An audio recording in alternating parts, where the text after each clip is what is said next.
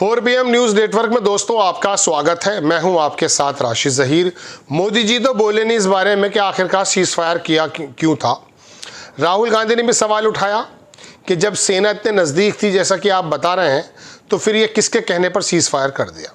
10-11 बार, कोई कहता 8 बार ट्रंप साहब ने कहा कि मैंने बिजनेस की धौंस दिखाकर दोनों न्यूक्लियर पावर्स का सीज फायर करा दिया।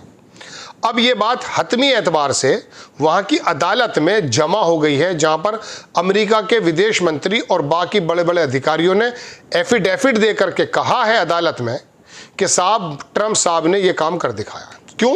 क्योंकि दरअसल हुआ यूँ था कि अमेरिका के कुछ लोग जब अदालत पहुंचे कि टैरिफ की बात ये कर रहे हैं, इससे हासिल क्या हुआ है, तो अमेरिका में ट्रंप प्रशासन ने ये कहा है अदालत में जा करके कि एक तो हमारा रास्ता खुल गया चीन से बातचीत करने का, ट्रेड जो इन्होंने टैरिफ जो वॉर शुरू की थी, और दूसरी बात मैंने इंडिया और पाकिस्तान का इसके अंदर सीज फायर करा दिया। ये अब वो लिखित रूप में कह रहे हैं, जबकि ये हम जानते हैं कि इसके पीछे क्या हुआ। हम तो सिर्फ मोदी जी के मुंह से सुनना चाहते थे कि एक्चुअल में आप बताइए तो सही कि हुआ क्या है। जब दोनों तरफ से इतने ज़्यादा तशद्दुद दिखाई दे रहा था तो आखिर हुआ क्या है। ये दरअसल चाइना के एक बड़े अखबार ने खबर छापी, उसके बाद फिर दुनिया के दूसरे बड़े इदारों ने खबर छापनी शुरू कर दी। दोस्तों वो मैं आपको दिखाता हूँ। पहली खबर देखिए, ये टाइम्स ऑफ इंडियन एक्सप्रेस ने, हिंदू ने भी छापी है, लेकिन मैं आपको बताता हूँ ये शुरुआत कहाँ से हुई है इस खबर की। ये साउथ चाइना मॉर्निंग पोस्ट की न्यूज़ है जो मैं आपको दिखा रहा हूँ। Trump tariff brought China to table. Trump का जो टैरिफ वार था वो चाइना को टेबल पर लेकर आया और हॉल्टेड इंडिया पाकिस्तान कॉन्फ्लिक्ट, और इंडिया पाकिस्तान का जो कॉन्फ्लिक्ट था उसको ऊपर हटा दिया गया। Official tell court. अब आप देखेंगे नीचे लिखा कि ऑफिशियल जो कौन से अधिकारी, वो भी मैं आपको बताने जा रहा हूँ।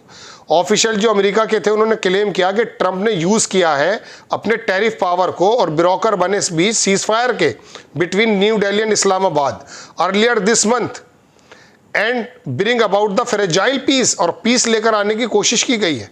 द फर्दर उन्होंने आगे कहा trade negotiation with dozen the countries remind in the. एक जगह तो ये भी कहते हैं कि मैंने 2 घंटे में 5, मतलब कितने बता रहे थे, 2 ट्रिलियन, मतलब पैसा बता रहे थे जो ये लेकर आए सऊदी अरब। 2 घंटे में मैंने इतना वो जो है पैसा बना लिया। अजीब व गरीब व्यक्ति हैं। खैर, अब आप देखें दोस्तों, ये खबर दिखाता हूँ मैं आपको इसी अखबार से कौन कौन लोग इसमें शामिल थे जिन्होंने ये हलफनामा जमा किया। Commerce secretary Howard Lutnick, treasury secretary Scott Bessent, US trade representative Greer and secretary of the state national security adviser Marco Rubio उन्होंने सबमिट किया देयर स्टेटमेंट, अपना स्टेटमेंट दिया फ्राइडे को। निकल कर बात अब आई है न्यूयॉर्क में। बेस कोड इंटरनेशनल ट्रेड इनकी कोर्ट है वहां। Response to lawsuit filed the coalition of the small American. America का एक स्मॉल जो है कोलिशन था, उन्होंने चैलेंज किया था कि ये यूएस प्रेसिडेंट जो है डोनाल्ड ट्रंप किस प्रकार से टैरिफ की बातें कर रहे हैं, तो इसके जवाब में उन्होंने कहा, और अब हमारे भारत के अखबारों ने भी इसको छापा है, वो भी मैं आपको दिखा देता हूं दोस्तों। ये खबर देख लीजिए, ये इंडिपेंडेंट, ये तो अमेरिका का अखबार है।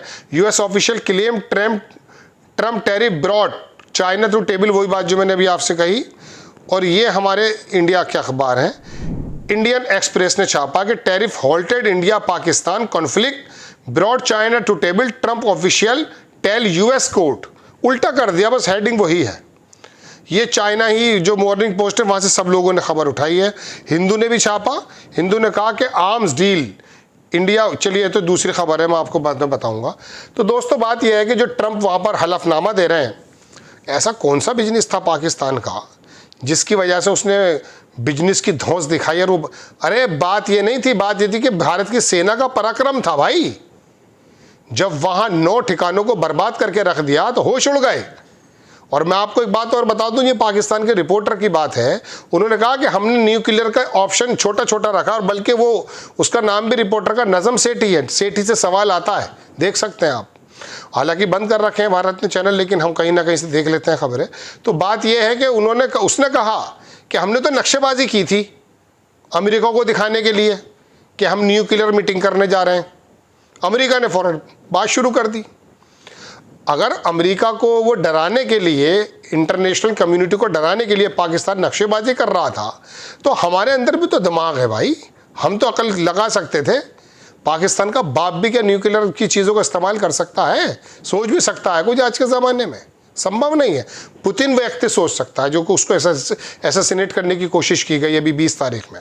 खैर, तो मैं आपको बताना ये चाहता हूँ कि फिर अमेरिका का हमारे पास आ गया फ़ोन, और फिर DGMO की बात हो गई, फ़ौरन बात ख़त्म हो गई। मोदी जी आप बताते क्यों नहीं, चाइना का नाम क्यों नहीं लेते, अमेरिका का नाम क्यों नहीं लेते आप, बताइए दोस्तों। अब वो तो वहाँ हलफनामे दे रहा है, या तो ट्रम्प साहब झूठ बोल रहे हैं और अपनी अदालतों के अंदर गलत हलफनामे दिए जा रहे हैं।